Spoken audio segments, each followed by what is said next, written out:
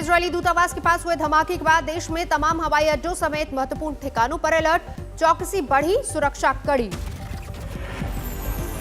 Israeli दूतावास के पास हुए धमाके के सिलसिले में जांच एजेंसियों को मिली चिट्ठी। भारत में इजरायल के राजदूत के नाम है खत। जांच एजेंसियां कर रही हैं चिट्ठी की पड़ताल। खत में इजरायली दूतावास को लेकर लिखी हैं कई बातें। धमाके के बाद इजरायली दूतावास ने जारी किया बयान, घटना में कोई हताहत नहीं, पूरा स्टाफ सुरक्षित। मौका वारदात के पास से जांच एजेंसियों ने 3 सीसीटीवी कैमरों का रिकॉर्ड अपने कब्जे में लिया। सूत्रों के हवाले से खबर, फुटेज से मिल सकते हैं सुराग। दूतावास के बाहर शाम के करीब 5:05 पर हुआ था धमाका। महज 2 किलोमीटर की दूरी पर चल रहा था बीटिंग रिट्रीट समारोह।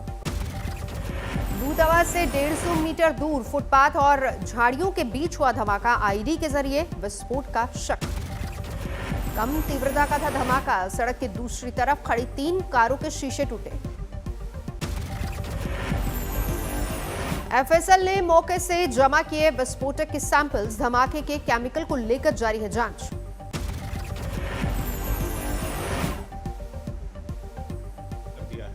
ठीक है, और वो हमारे लेबोरेटरी में वो जमा कराएंगे और जो भी लेबोरेटरी में जांच होगा उसके बाद ही कुछ भी पता चल। नहीं, अभी जांच करके जो भी हमें एग्जिबिट मिला है हम लोगों ने हैंडओवर कर दिया है। धमाके को लेकर दिल्ली पुलिस ने दर्ज किया केस। कमिश्नर ने भी किया मौके का मुआयना। हम लोग केस रजिस्टर कर लिया है। स्पेशल सेल इन्वेस्टिगेट कर रहा है। इस समय कोई भी चीज कहना ठीक नहीं है। दिल्ली पुलिस की स्पेशल सेल के साथ एनआईए की टीम भी मौके पर पहुंची। देर रात तक तलाशे गए सुराग। विजय चौक से महज 1.8 किलोमीटर की दूरी पर हुआ विस्फोट। बीटिंग रिट्रीट समारोह में शामिल थे प्रधानमंत्री मोदी और राष्ट्रपति। धमाकों के बाद गृह मंत्री अमित शाह ने आईबी चीफ समेत आला अफसरों के साथ की हाई लेवल मीटिंग। रद्द किया बंगाल दौरा। धमाके की जगह से जांच एजेंसियों को मिले स्टील के छर्रे। विस्फोटक में मिलाए जाने का शक।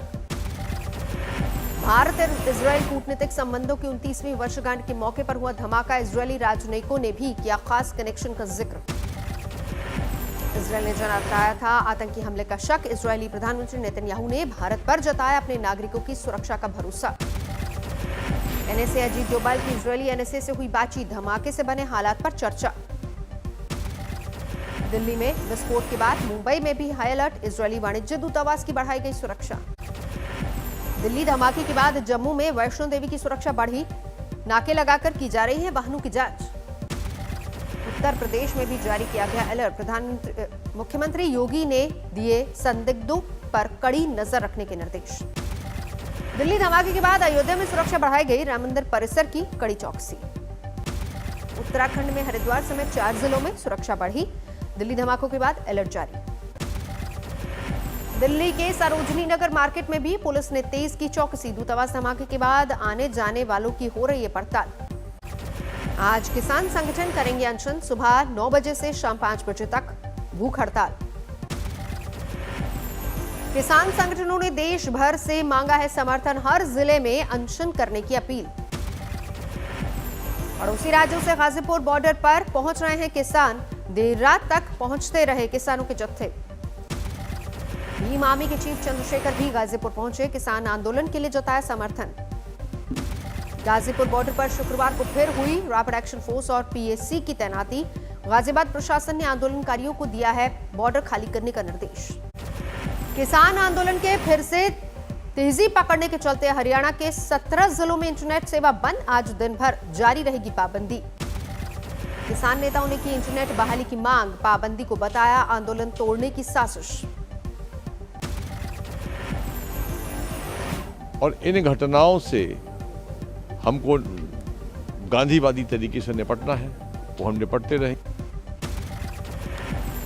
सिंघू बॉर्डर पर हुई झड़प को लेकर भी किसान नेताओं का सरकार पर आरोप। कहा बीजेपी और संघ के लोगों ने बिगाड़ा माहौल। प्रशासन के लोगों ने मतलब लोगों को बुलाया, प्रशासन के माध्यम से बुलाया गया और उनको स्टेज तक आने दिया गया। शुक्रवार को हुई झड़प के मामले में पुलिस ने 44 आरोपियों को पकड़ा। एसएचओ पर हमला करने वाला भी गिरफ्तार। सिंघू बॉर्डर पर स्थानीय लोगों और किसानों के बीच जमकर हुआ था पथराव। पुलिस ने संभाला मोर्चा। पुलिस ने किया बीच बचाव। धौलीपुर एसएचओ पर किसी उपद्रवी ने तलवार से किया हमला। जख्मी हुए इंस्पेक्टर प्रदीप कुमार। एसएचओ के घायल होने के बाद पुलिस ने उपद्रवियों पर भांजी लाठियां। भीड़ को काबू में करने के लिए आंसू गैस का इस्तेमाल। बवाल के बाद सिंघू बॉर्डर पर किसानों की अरदास। मंच से बोले बाहरी लोगों की वजह से हंगामा। दिल्ली के डिप्टी सीएम मनीष सिसोदिया ने भी धरनास्थल का किया दौरा। आंदोलनकारी किसानों के साथ इंतजामों का जायजा लिया। मुजफ्फरनगर में किसानों की महापंचायत, कहा जारी रहेगा आंदोलन। दिल्ली कूच करने की तैयारी। आप लोगों पे भरोसा है, यह लड़ाई छोटी नहीं जाएगी। मुजफ्फरनगर की महापंचायत में नरेश टिकैत के साथ दिखे जयंत चौधरी। सरकार पर साधा निशाना। मुजफ्फरनगर जा रहे आरएलडी नेताओं को पुलिस ने बिजनौर में रोका। पार्टी कार्यकर्ताओं ने हंगामा किया। बठिंडा में किसान आंदोलन के पक्ष में महापंचायत। हर घर से एक किसान को दिल्ली भेजने का फरमान। बठिंडा की महापंचायत के फरमान पर सवाल। आंदोलनकारी नहीं भेजने पर दी जुर्माने की चेतावनी। किसान आंदोलन पर बदले पंजाब के मुख्यमंत्री कैप्टन अमरिंदर सिंह के सुर। कहा 26 जनवरी की हिंसा से छवि बिगड़ी। 26 जनवरी की घटना पर अकाल तख्त की दलील। कहा लाल किले पर निशांत साहिब का झंडा फहराना कोई जुर्म नहीं। 26 जनवरी की हिंसा के मामले में अब तक कोई गिरफ्तारी नहीं। सूत्रों का दावा, पंजाब हरियाणा से आए थे ज्यादातर हुड़दंगी। राकेश टिकैत को पुलिस ने पूछताछ के लिए भेजा समन, लेकिन नहीं पहुंचे बीकेयू नेता। कहा वक्त मिलने पर जाऊंगा। दिल्ली पुलिस ने आपको बुलाया है पूछताछ के लिए? जब टाइम होगा मैं जब जाऊंगा। हिंसा के बाद बेहद नाराज हैं दिल्ली वाले। चांदनी चौक इलाके में लोगों ने निकाला तिरंगा मार्च। गाजीपुर बॉर्डर पर पहुंची क्राइम ब्रांच की टीम। फॉरेंसिक टीम के साथ जुटाए 26 जनवरी की हिंसा के सबूत। हरियाणा पंजाब सीमा पर स्थित शंभू टोल प्लाजा खोलने की कोशिश। किसानों ने जमकर नारेबाजी की। किसान आंदोलन को लेकर जारी है सियासी भिड़ंत। राहुल गांधी ने सरकार पर साधा निशाना। अन्नदाताओं से अपराधियों जैसा व्यवहार। होम मिनिस्टर से जाकर पूछिए और उसके पीछे क्या आइडिया था, किस प्रकार अलाउ किया गया, वो भी पूछ लीजिए। राहुल के वार पर बीजेपी का पलटवार। स्मृति ईरानी बोली देश के लोगों के बीच युद्ध कराना चाहते हैं कांग्रेस के नेता। राहुल गांधी वो नेता है जो चाहते हैं कि अराजक तत्व देश में न सिर्फ तिरंगे का अपमान करें बल्कि देश को तोड़ने का भी दुस्साहस करें। राष्ट्रपति के अभिभाषण से शुरू हुआ संसद का बजट सत्र। दुर्भाग्यपूर्ण है गणतंत्र दिवस पर तिरंगे का अपमान। मेरी सरकार ने लोकतंत्र में अभिव्यक्ति की आजादी और शांतिपूर्ण आंदोलनों का हमेशा सम्मान किया है, लेकिन पिछले दिनों हुआ तिरंगे और गणतंत्र दिवस जैसे पवित्र दिन का अपमान बहुत दुर्भाग्यपूर्ण है। राष्ट्रपति के अभिभाषण में कृषि कानूनों पर मोदी सरकार का संकल्प। बोले जारी रहेगी भ्रम दूर करने की कोशिश। 19 विपक्षी दलों ने किया राष्ट्रपति के अभिभाषण का बहिष्कार। किसान कानूनों के विरोध में उठाया कदम। राजस्थान के सांसद हनुमान बेनीवाल पर सदन के नियम तोड़ने का आरोप। राष्ट्रपति की स्पीच के दौरान नारेबाजी का बनाया वीडियो। लोकसभा स्पीकर ने बजट सत्र को लेकर बुलाई सर्वदलीय बैठक। सभी पार्टियों से सदन की कार्रवाई में सहयोग की अपील। वित्त मंत्री ने संसद में पेश किया आर्थिक सर्वे में अगले कारोबारी साल तक अर्थव्यवस्था के पटरी पर लौटने का अनुमान। आर्थिक सर्वे में 2020-21 में विकास दर -7.7% रहने की जताई गई आशंका। इकोनॉमी में वी शेप रिकवरी का दावा। आर्थिक सर्वे में मिले अच्छे संकेत। सप्लाई सुचारू होने से रिटेल महंगाई पर कमी।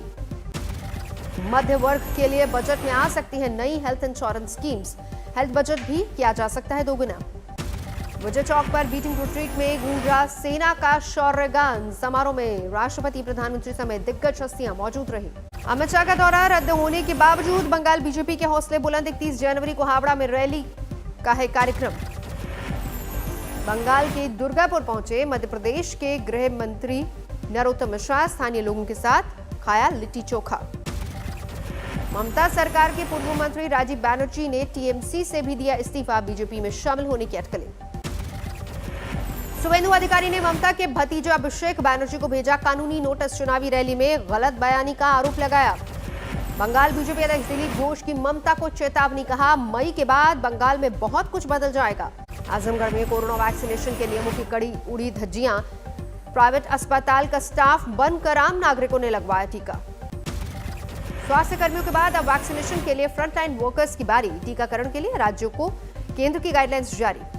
कोविन ऐप में अपलोड किया गया 61 लाख फ्रंटलाइन वर्कर्स का डेटा। 1 फरवरी से शुरू होना वैक्सीनेशन।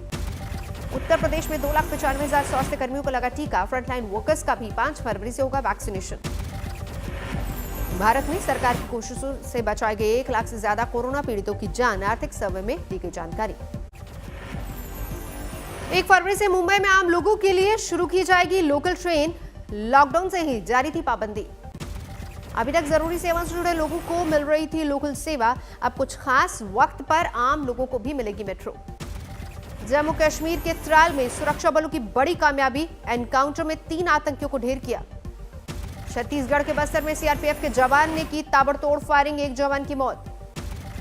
लखनऊ में दिन दहाड़े फायरिंग से हड़कंप। घात लगाकर युवक पर हमला। दिल्ली में जारी है ठंड और कोहरे का डबल अटैक। पारा और गिरने का अनुमान। पंजाब और हरियाणा में जारी है ठंड का प्रहर। घनी धुंध ने भी बढ़ाई लोगों की मुश्किलें। बुंदेलखंड में जारी सर्दी का सितम। सुबह के 11 बजे भी सड़कों पर पसरा रहता है घना कोहरा। कड़ाके की सर्दी की गिरफ्त में पूरा का पूरा राजस्थान। माउंट आबू में 0 से 4.6 डिग्री नीचे पहुंचा न्यूनतम तापमान। मध्य प्रदेश में भी कड़ाके की ठंड। शीतलहर की वजह से 3.5 डिग्री के करीब पहुंचा है सतना का तापमान। अजमेर में पेट्रोल पंप पर आग लगने से धमाका। 2 लोगों की मौत, दर्जनों जख्मी। फरीदाबाद में ज्वेलरी दुकान में लाखों की चोरी। गैस कटर से छत का दरवाजा और अलमारी काटी। रामपुर में कोहरे के चलते ट्रक से भिड़ी बोलेरो गाड़ी। 9 लोग जख्मी। ऊधम सिंह नगर में हाईवे पर जली चलती कार। 2 लोगों ने कूदकर बचाई जान। पश्चिम बंगाल के अलीपुरद्वारा में ट्रक और बस के बीच भिड़ंत। 15 जख्मी। दुनिया में 10 करोड़ 20 लाख के पार पहुंची कोरोना मरीजों की संख्या। अब तक 22 लाख से ज्यादा की हो चुकी है मौत। अमेरिका में 2 करोड़ 63 लाख के पार पहुंची कोरोना मरीजों की संख्या। अब तक 4,43,000 से ज्यादा लोगों की जान जा चुकी है। अमेरिका में सिर्फ एक दिन में करीब 4,000 लोगों की मौत। एक दिन में सामने आए 1,60,000 नए मामले। वैक्सीनेशन के बावजूद अमेरिका में लगातार बिगड़ रहे हालात। मिशिगन में कोरोना की चपेट में आने से 9 रोमन कैथोलिक नन की मौत। संयुक्त राष्ट्र के महासचिव ने लगवाया कोरोना का वैक्सीन। न्यूयॉर्क के स्कूल में बने टीकाकरण सेंटर में पहुंचे गुटरेस।